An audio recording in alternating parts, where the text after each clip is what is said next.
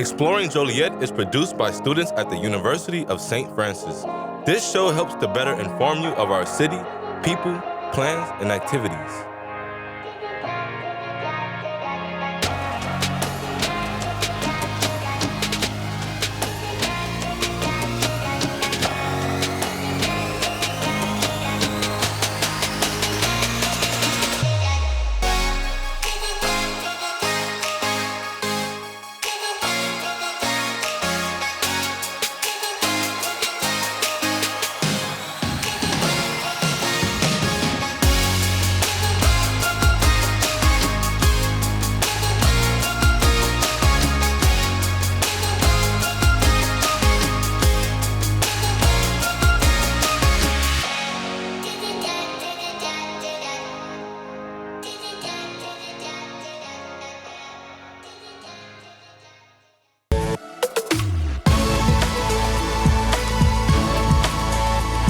I'm here with Joliet Mayor Bob Odenkirk. Thank you for taking the time to speak with us today. Thank you. When reading about you, your experience in different areas of law was especially interesting to me. What motivated you to go to law school while still working as a police officer? When I went to college, I was a pre-law curriculum as an undergrad, so I intended to go to law school all along. By my senior year, I kind of had to change of plans. I wanted to go into law enforcement, which is what I did. Unfortunately, back then in the early 1990s, the federal government was not hiring at all for law enforcement. So I started applying locally, but after being a Joliet policeman for 6 years, I made the choice to go back to law school and work go to law school part-time while still being a police officer. Okay.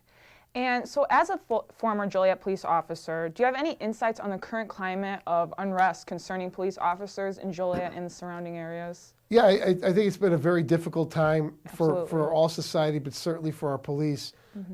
I was a little taken aback at some of the reaction that we've had here in Joliet. The city of Joliet had neighborhood policing since I became a police officer back in the early 90s. And our program here locally has been cited nationally as a model for other departments. So since I've been here, we hadn't seen any significant racial unrest. That there are great relationships between our police department and community members. So I think what happened earlier in the year, of course it didn't start in Joliet, but when it came to Joliet, I think it took some people by surprise. It's the exact opposite of what's been happening in our city for the last 30 years. Yeah, definitely. And I think it's more just a countrywide thing that's really uprooted that unrest. Right. On a different note, you also serve for the United States Department of State in Iraq. President Trump announced he wants all American troops home from Iraq by Christmas of 2020. What can you say about this, given your experience? Well, I think, unfortunately, when I was in Iraq, I spent most of the time in the northern parts of the country. Those were the areas that were overrun by ISIS a few years ago. So I suspect that many of the Iraqis that were working with us or with the Americans probably had issues when ISIS took over. It's a difficult question because we certainly, the invasion destabilized the country. I will say by the time that I left in 2010, the Iraqis that would speak freely with us, welcomed the idea of freedom and being freed from Saddam Hussein, but they questioned whether a democracy could work in a country like that with the sectarianism and the violence that was present. They did not know if their country was ready to stand up and be treated, I guess, like a Western country. That was very interesting when I read that you actually trained the Iraqi police. Yes. Yes, you're very well versed in what. The $215 million courthouse in Joliet is finally complete after 3 years of construction. What can you tell me about your involvement in this and what it means for the community? Well, it's certainly great for downtown Joliet. When I was elected mayor in 2015, the county was already in the process of beginning to find or to build a new courthouse, and Joliet was not at the table. I think it was pretty clear that Republicans on the county board were looking to move outside of the city of Joliet and relocate someplace else. So I got together with Councilman John Gurl and the city manager Jim Hock, and we called meetings with both Republican and Democrat leadership from the county board, and we struck a deal. And the deal included the city of Joliet to contribute money, but also a commitment from the county to stay in Joliet. So I was really happy. It was one of the first things I did as mayor to get that deal struck and to keep Joliet part of the picture. I think it would have been devastating for the downtown economy if the courthouse and all the jobs that go along with it were to move out. Absolutely. And that'll be opening in early November, correct? That's correct. Correct. Okay.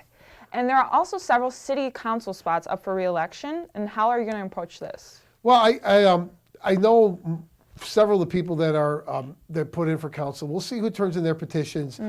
Whether I actually get involved in endorsements or not, I'm not sure. But I will support. There's a handful of people I think are going to be excellent council people, and I will support them. I'm just not sure.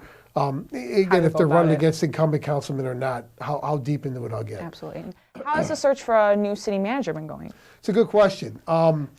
As I think everyone knows, it's been a controversial subject. Marty Shanahan was the interim city manager. He was fired in May or June of 2019. So we've gone now almost 18 months without a city manager. And that's, obviously never should have happened. We did a round of searches about 8 or 9 months ago.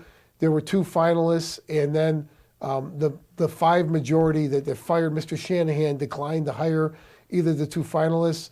So as we speak today in October, it's reopened again for applications. We were supposed to have them turned over to my committee on September 1st. That hasn't happened. It's now mid-October. So at this point, I'm not sure what the plan is going to be moving forward. I think with the April elections coming up, though, I'm not sure I would expect a new city manager prior to the next round of elections. I think that would probably be the best time to address it. Right. We'll definitely see what happens. What has been Joliet's biggest challenge during the COVID-19 pandemic? Well, I think obviously the safety for our residents. We saw back in May a horrible outbreak in the Joliet nursing homes. And then city employees. We've been fortunate. We have about 850 employees with the city and only a handful of positive tests. But we've taken a lot of measures to try to keep people safe. And then the other obvious issue is the city finances. A lot of local businesses have been hurt significantly with this, and we know our finances are down significantly across the board, but with the riverboats not being open. Joliet earns about $18 million a year in tax revenue from the riverboats, and we know we're going to be nowhere near that for this year. So getting a hold of the finances, making adjustments at City Hall. We came into this with over $40 million in the reserve fund, and we're anticipating at the end of the year losing somewhere between $6 and $10 or $12 million. So, and of course, there's federal money coming too. So the biggest challenge, other than health and safety, has been to manage the finances and keep the city in a position where we're solvent. And I think we've done a pretty good job of that. Hopefully, we come out of this relatively soon and get back to normal. Definitely. So in lieu of the COVID-19 pandemic, political unrest, and upcoming elections, this is taking on a more social respect to it. Do you have an insight to offer the city to help any uncertainties? I don't know if I have an insight. I think, I've reacted and the city has reacted along with everybody else. Obviously, what went on this summer, I think was horrible, what happened across our country. And certainly it came to Joliet. And I'm not talking about the protests, but the rioting and the lawlessness. We saw it here in Joliet. Luckily, it was only here once. I think our police did an outstanding job. As everyone knows, I was out with them that night. So I saw firsthand what was going on. I saw firsthand how our police were responding to it. So hopefully we don't see that again. I think the dialogue that was open is great. But I think the idea that people can just openly break the law or attack police officers, that's something we're not going to tolerate in Joliet, and it shouldn't be tolerated anywhere in this country. Speaking of that, I'll have to ask. The Herald News reported on lawsuits towards you during that protest. Do you have any comments on that? No, there's pending litigation, so it wouldn't be smart for me to comment. Other than that's part of the process. People are free to do that. The 2 people involved with me, they're suing myself and the police department. They weren't from our city. They came here to participate in riots. So, it'll play itself out. And that's probably all I should say about it. Yes. On a lighter note, what are you most proud of accomplishing as mayor in the city of Joliet? A couple of years ago, I think the answer to that question was how, as a city councilman, when I became mayor, the council was somewhat divided.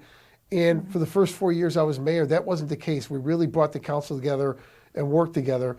Unfortunately, the last year that hasn't happened again, so I guess I can't cite that anymore. So I think the economic development in Joliet has been outstanding the last 5 years. I know since I've been mayor, every year property values in Joliet have risen for for my tenure as mayor, the values are up probably about 30% on average. So I think it's a great accomplishment. Obviously, COVID has hit, and there's been a dysfunction on the council. So I think it's my job and the council's job to put that behind us and move forward. All right, Mayor Ordekirk, I want to thank you so much for coming in to talk to me today and for everything that you do for the city of Joliet. Thank you very much. No problem.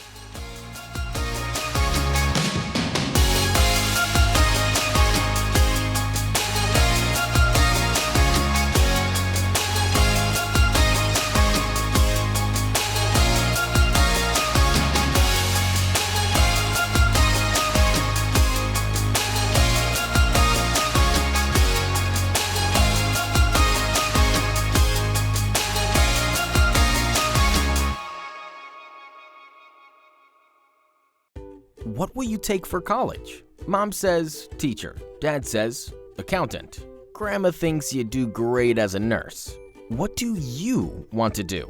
Why not a degree in communication and media arts from the University of St. Francis in Joliet? Writing, video, audio, graphic design, social media? You'll get the creative skills to help anybody tell their story and write your own success story in the process. Visit cmma.stfrancis.edu for more info.